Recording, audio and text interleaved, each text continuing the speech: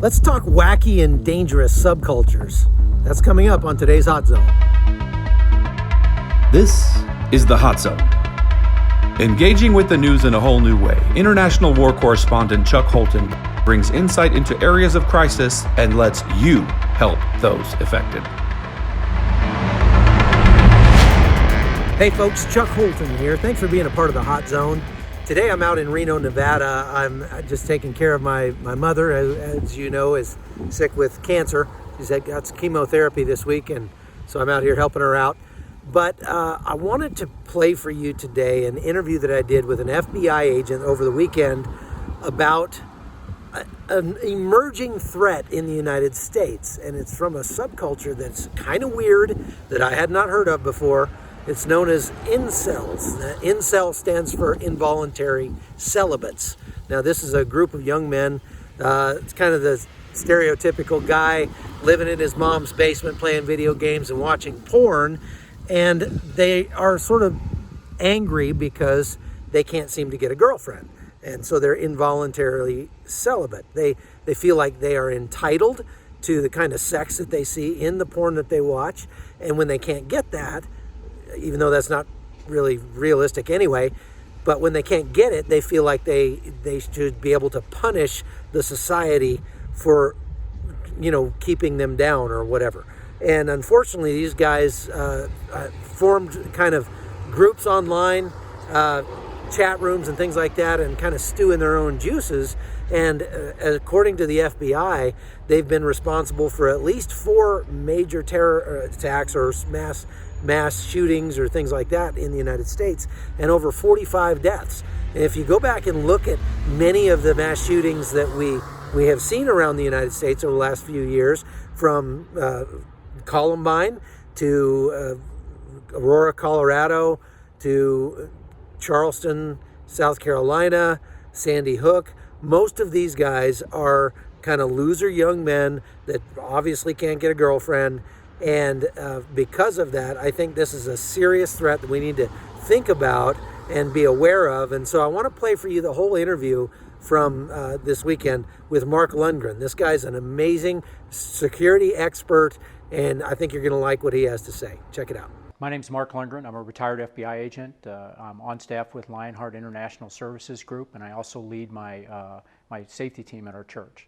So what we're seeing is sort of a movement that's developing with mostly white, younger men who have sort of descended into a dark place on the internet, sort of an echo chamber, if you will, where what's reverberating in those places is an ideology called incels, or incelibates. They're involuntarily celibate men.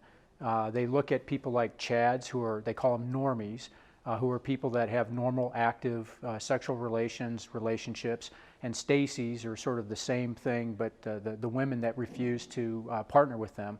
And they don't think anything's going to change in the world. They're extremely nihilistic. They feel that society needs to be punished. And we're starting to see this movement, rise up much more significantly than we have in the past. There's been a couple of significant attacks as we look back over time. The Columbine attack, one of the young men in that attack actually said that if he had partnered with someone successfully, that attack might not have taken place. So we also saw, and I won't give names because I don't want to glorify them, but there's an individual up on the West Coast who has been sort of become the patron saint of incels, if you will, and people refer to him as an inspiration to go on shooting sprees and vehicle rammings and things like that. On October 4th, there is a movie coming out, The Joker, which some of the incel community have started looking at as sort of a rally cry because they look at the Joker as a sympathetic symbol in their community. So it's a growing concern, not only for churches, but workplace, schools, and we're trying to address that in our training as much as we can. I think in this movement, anything that creates this border or this gap between the idealized life that they think they should be living and the fact that they're not able to accomplish that. So looking at pornography or even just the images in movie of people that everything just seems to work for them. They're happy, they're well adjusted, and that's not going to be their life, and they know it. And so I think anything that shows them that they don't fit in, and that gives them a sense that they never will fit in, and they go deep into that echo chamber on the internet, and that they see that there's other people that are like-minded that are inspiring them to just punish the world for its insensitivity to them. So the church has always been the answer. When we reach out in love, and we do what we do best, which is to engage people, meet them right where they are, and then bring them out of the darkness and the loneliness and the lack of hope that they have. That's the best thing that the church can do. But we have to go in with our eyes wide open. Many people in this community are suffering from a mental illness, and so I think the most important thing the church can do is when they recognize somebody is going down that pathway, that they get them some professional help, that they engage the mental health community as soon as possible. They involve law enforcement. But a church is a really good place if we're attentive to the signs of what we see in this community. When we spot it, we can help direct people towards hope, and I think that's our role. Why do you think the Christian church has become a target for people like that? Yeah, it's interesting. We represent something that's unattainable to them, and think of it, the unbeliever sort of looks at our community sometimes, I think, from the lens of that we're judgmental. That we're holy rollers, that we're higher than they are, and that we'll never be on their level. And I think when they see that, when they see that sense that those people live lives that are unattainable to me, and there's an anger that wells up in them because they recognize that gap is even broader or wider. And so, yeah, I think that's probably one of the things that inspires anger towards a church or a school.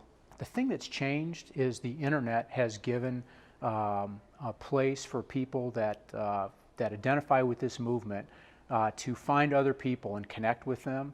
And heretofore, that was not possible. These people would sort of suffer in silence. But now what they're seeing, there's a gentleman by the name of Malcolm Gladwell that he talks about the concept of a slow-moving riot.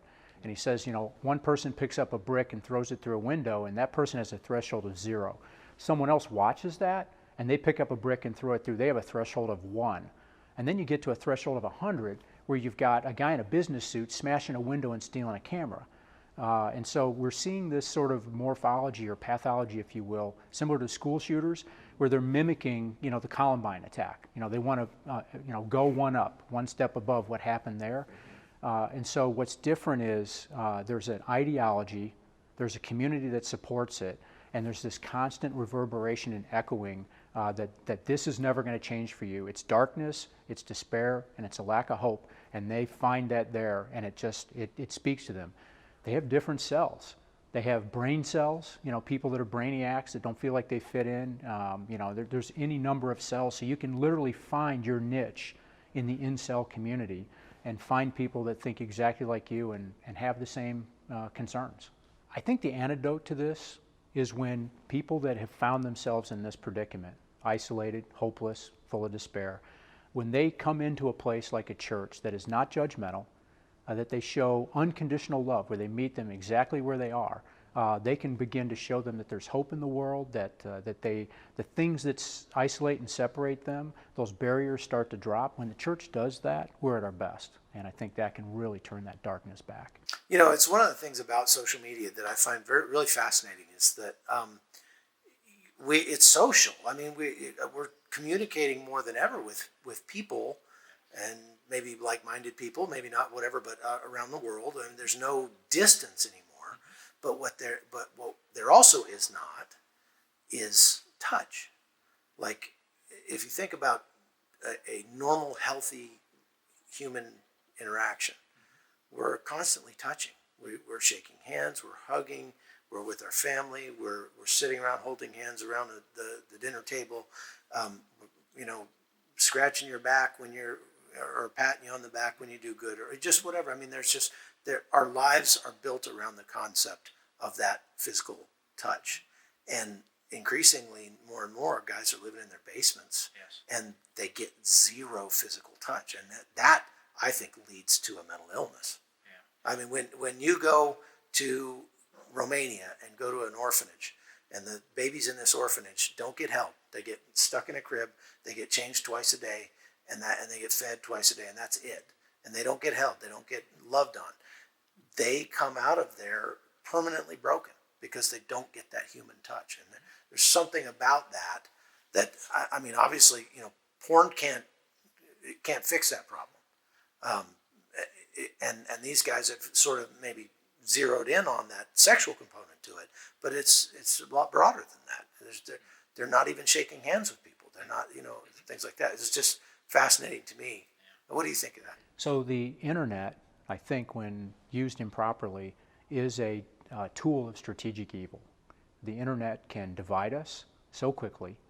It can isolate us so quickly, but yet give us the illusion that we're connected. We can find, like I said, echoes and reverberations of our darkest thoughts. They're all out there.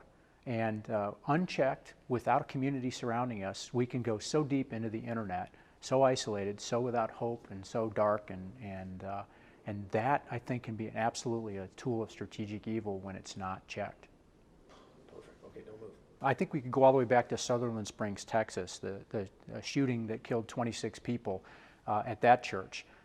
That had a mental illness component to it, and what we're starting to see is what I would say mimics school shootings, the same ideology, pathology, sort of a nihilistic view of the world, that it needs to be punished, that I think what we're going to see, unfortunately, is more attacks that look like school shootings but directed at churches. So we have to be extra vigilant for that as well.